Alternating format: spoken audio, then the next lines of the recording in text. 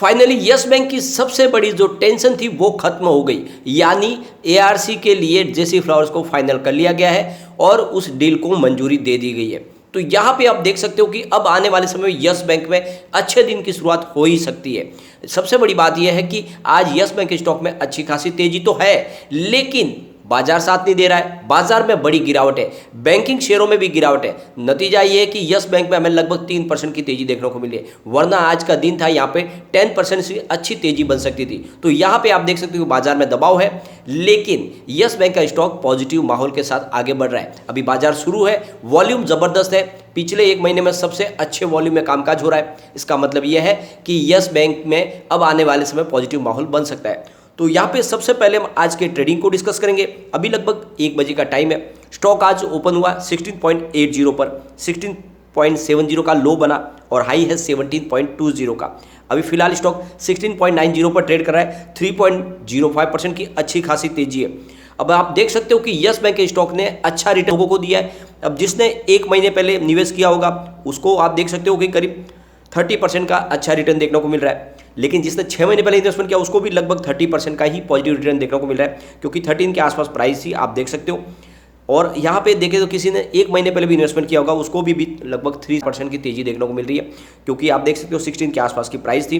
तो काफ़ी अच्छा रिटर्न दिया स्टॉक ने, मायूस नहीं किया। भले ही एक समय स्टॉक आपको एक ही जगह पे ट्रेड करता हुआ दिखाई दिया था, जब 13 के आसपास स्टॉक काफ़ी समय तक रहा, लेकिन जैसे ही इसमें पॉजिटिव माहौल बनने लगा, एआरसी की संभावना आगे बढ़ने लगी और दूसरी तरफ एक बड़ा इन्वेस्टमेंट काइलर और एडवेंटेज की तरफ से आने की संभावना बनी, तब से यहाँ पे एक पॉजिटिव माहौल बना। स्टॉक फिर से 17-18 के आसपास आ गया और अब लग रहा है कि ये आगे जा सकता है।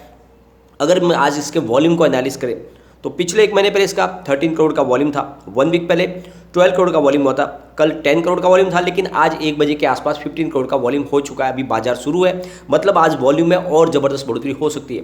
तो इस लेवल पे काफ़ी अच्छी खरीदारी हो रही है। पूरे बाजार की बात करें तो आज सेंटीमेंट बिगड़े हुए। अगर हम कल ज़बरदस्त तेज़ी के बाद आज हमने गिरावट का माहौल देखा है, क्योंकि आजकल शॉर्ट टर्म प्रॉफिट बुकिंग होती है, लॉन्ग टर्म का नजरिया फिलहाल नहीं चल रहा है बाजार में।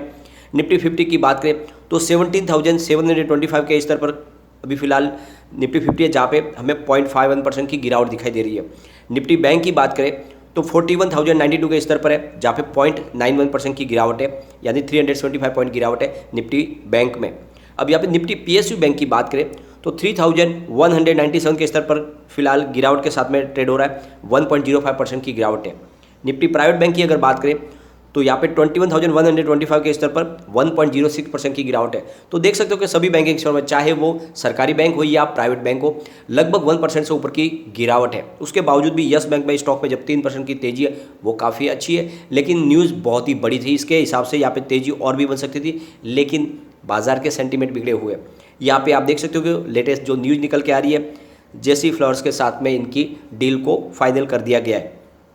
अब आप देख सकते हैं जो स्विच चैलेंज के हिसाब से यहाँ पे बिडिंग प्रोसीजर को रखाया था और ये चाहते थे कि और भी बिडर्स आए, लेकिन जब किसी ने इंटरेस्ट नहीं रखा और जो बिडर्स है वो भी मैदान से हट गए, तो फाइनल जो इन्होंने डिसाइड किया था तो ये जेसी फ्लावर्स को ही इन्होंने फाइनल बिल्डर के रूप में चुन लिया। तो कुल मिला के इससे पहले इन्होंने प्रक्रिया पूरी अपनाई है, स्विच चैलेंजिंग प्रोसीजर रखा था और इसके बाद में एक फाइनल बिल्डर के रूप में जेसी फ्लावर्स आ चुके। और आप देख सकते हो कि 48,000 करोड़ रुपीज़ का जो इनका बैड लोन है वो सारा का सारा ट्रांसफ़र कर दिया जाएगा यहाँ पे जेसी फ्लावर्स को। ये जो कल यस बैंक की जो बोर्ड मीटिंग हुई थी उसमें ये भी फैसला ले लिया गया है कि जेसी फ्लावर्स की जो एआरसी है उसमें 19.99% की हिस्सेदारी यस बैंक भी लेगी, यानी वो भी हिस्सेदार बनेंगे और जो भी उसका इन्वेस्टमेंट होगा वो इन्वेस्टमेंट करेंगे। फिलहाल आगे जो भी इसके लिए अप्रूवल होंगे उसको अप्रूवल को ले लिया जाएगा। अब यहाँ पे यस बैंक की इस बड़ी डील के बाद में जो मार्केट एक्सपर्ट है वो यस बैंक को लेकर बुलिश है और उनका कहना है कि इस डील के बाद में यस बैंक में एक मजबूती आई है और जो विश्वास है वो लौट आया है। तो ऐसे में आने वाले समय यहाँ पे पॉजिटिव माहौल बन सकता है। फिलहाल स्टॉक 200 डीएमए के ऊपर एवरेज के हिसाब से ट्रेड करता हुआ दिखाई दे रहा है। तो आने वाले समय जो इसकी जो प्राइस है वो 18 से लेकर 20 तक जाने की संभावना है शॉर्ट टर्म में। वैसे आप देखें तो 18.20 का इसने ऑलरेडी हाई भी बनाया है, तो फिर से वहाँ तक जाने की तो पूरी संभावना बनती ही है। प्रॉफिट मार्ट सिक्योरिटीज की तरफ से अविनाश गोरास्कर का कहना है कि जेसी फ्लावर्स को जो 48,000 करोड़ का जो बैड लोन इन्होंने ट्रांसफर करने की जो संभावना बनी है, जो डील फाइनल होने जा रही है, इसके बाद में एक पॉजिटिव सेंटीमेंट बना है लोगों के अंदर, पर एक जो रुझान है वो पॉजिटिव हो चुका है। तो यहाँ पे इस लेवल पे खरीदारी की जा सकती है और आने वाले समय शॉर्ट टर्म में यहाँ पे अच्छी तेजी भी बन सकती है। तो जो शेयर होल्डर है यस बैंक के, उनको एडवाइस दी जा रही है कि वो स्टॉक को होल्ड करके रखें। दूसरी तरफ सुमित बगड़िया की तरफ से, जो चॉइस ब्रोकिंग की तरफ से, उनका कहना भी है कि जो भी इन्वेस्टर है उनको स्टॉक को होल्ड करके रखना चाहिए। आने वाले समय में 18 या फिर 20 का हमें अप मूव देखने को मिल सकता है। लेकिन साथ में उन्होंने स्टॉप लॉस लगाने के लिए भी कहा, 14 का स्टॉप लॉस लगाना चाहिए। 14 का मजबूत सपोर्ट है, ये टूटेगा तो ही प्रॉब्लम होगी, वरना इसके ऊपर स्टॉक ऊपर ट्रेड करता रहेगा तब तक कोई चिंता की बात नहीं है और जल्दी ही 20 को पार कर सकता है। और जैसे ही 20 को पार करेगा तो फिर एक बड़ी तेजी भी आ सकती है, एक नई रैली आ सकती है। कुल मिला के आप देख सकते हो कि यस बैंक के लिए पॉजिटिव संभावना शुरू हो चुकी है। एक ये टाइम है, अगर आपने इन्वेस्टमेंट नहीं किया तो भी कर सकते हैं, क्योंकि आप देख सकते हैं यस बैंक ने दूसरे अच्छे निर्णय भी ले लिए। जैसे कि आप देखें तो रसिया और इंडिया के बीच में रूबेल और रुपीज़ के बीच में जो ट्रेडिंग शुरू होने वाली है, उसके लिए यस बैंक के अकाउंट खोले गए हैं रसिया की तरफ से यस बैंक में। इसका मतलब ये है कि एक नई शुरुआत भी होने जा रही है, इनके कारोबार में वृद्धि भी होगी। दूसरी तरफ अगर आप देखें तो नई टेक्नोलॉजी को आजमाया जा रहा है लगातार, इसके लिए इनके इन्वेस्टर भी आ रहे हैं। तो ये सारी बातें पॉजिटिव हो रही है। जल्दी एडवेंट और कार्लेयर की तरफ से इन्वेस्टमेंट भी आने वाला है। तो ये सारी बातें हैं जो यस बैंक को मजबूती की तरफ आगे बढ़ाएगी। एक और बहुत बड़ी अपडेट निकल के आ रही है, यहाँ पे आर गांधी को एक पार्ट टाइम चेयरमैन के तौर पे यस बैंक में अपॉइंट की गई है। ये नई अपॉइंटमेंट है। रिजर्व बैंक ऑफ इंडिया की तरफ से यहाँ पे आर गांधी को अपॉइंट किया गया है पार्ट टाइम चेयरमैन के तौर पे यस बैंक में। तो ये जो लेटर आया है ये 20 सितंबर का है, जिसमें mister Rama Subramaniam Gandhi non executive यानी पार्ट टाइम चेयरमैन होंगे, आने वाले समय में यस बैंक में अपनी सेवाएं देंगे। आर गांधी की अगर बात करें तो ये आरबीआई के फॉर्मर डेप्यूटी गवर्नर रह चुके हैं और अब ये 3 साल के लिए यस बैंक में सेवाएं देंगे। यस बैंक की तरफ से कहा गया कि फिलहाल आर गांधी दूसरी किसी भी और संस्था में डायरेक्टर के पद पर नहीं है, वो पूरी तरह से यस बैंक के प्रति समर्पित रहेंगे।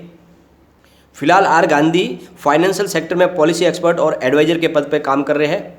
आर गांधी 2014 से लेकर 2017 के बीच में आरबीआई डिप्टी गवर्नर के पद पे सेवाएं दे चुके हैं और अब देख सकते हैं कि आप जिस तरह से एक यहाँ पे अपॉइंट किया गया है यस बैंक में, इससे एक बात समझ में आ रही है कि आरबीआई बहुत ज़्यादा संजीदा है यस बैंक को लेकर और वो यस बैंक की सेहत को जल्द से जल्द सुधारना चाहते हैं और इसीलिए ये अपॉइंटमेंट की गई है। एक तरह से देखें तो पॉजिटिव सिग्नल निकल के आ रहा है सरकार की तरफ से भी और आरबीआई की तरफ से भी कि भले ही यस बैंक फिलहाल प्राइवेट बैंक है, लेकिन सरकार की पूरी नज़र है, सरकार के रहमो करम पे यस बैंक आगे बढ़ रही है। और आप देख सकते हो कि एसबीआई की तरफ से पूरा मैनेजमेंट भेजा गया है, प्रशांत कुमार भी एसबीआई से आए और अब आरबीआई की तरफ से एक पार्ट टाइम नए चेयरमैन की नियुक्ति की गई है। ये सारी बातें ये साबित कर रही है कि आरबीआई आने वाले समय में यस बैंक को लेकर और भी बहुत सारे पॉजिटिव स्टेप उठा सकती है। वैसे यस बैंक के सेहत में लगातार सुधार हो रहा है, लगातार उनके एनपीए में रिकवरी हो रही है और जो पुराना एनपीए बाकी है वो भी जेएससी फ्लावर्स को दे दिया जाएगा। कुल मिला के नई शुरुआत होने वाली है और ये स्टॉक तेजी से आगे बढ़ेगा। तो ये मौका है खरीदारी का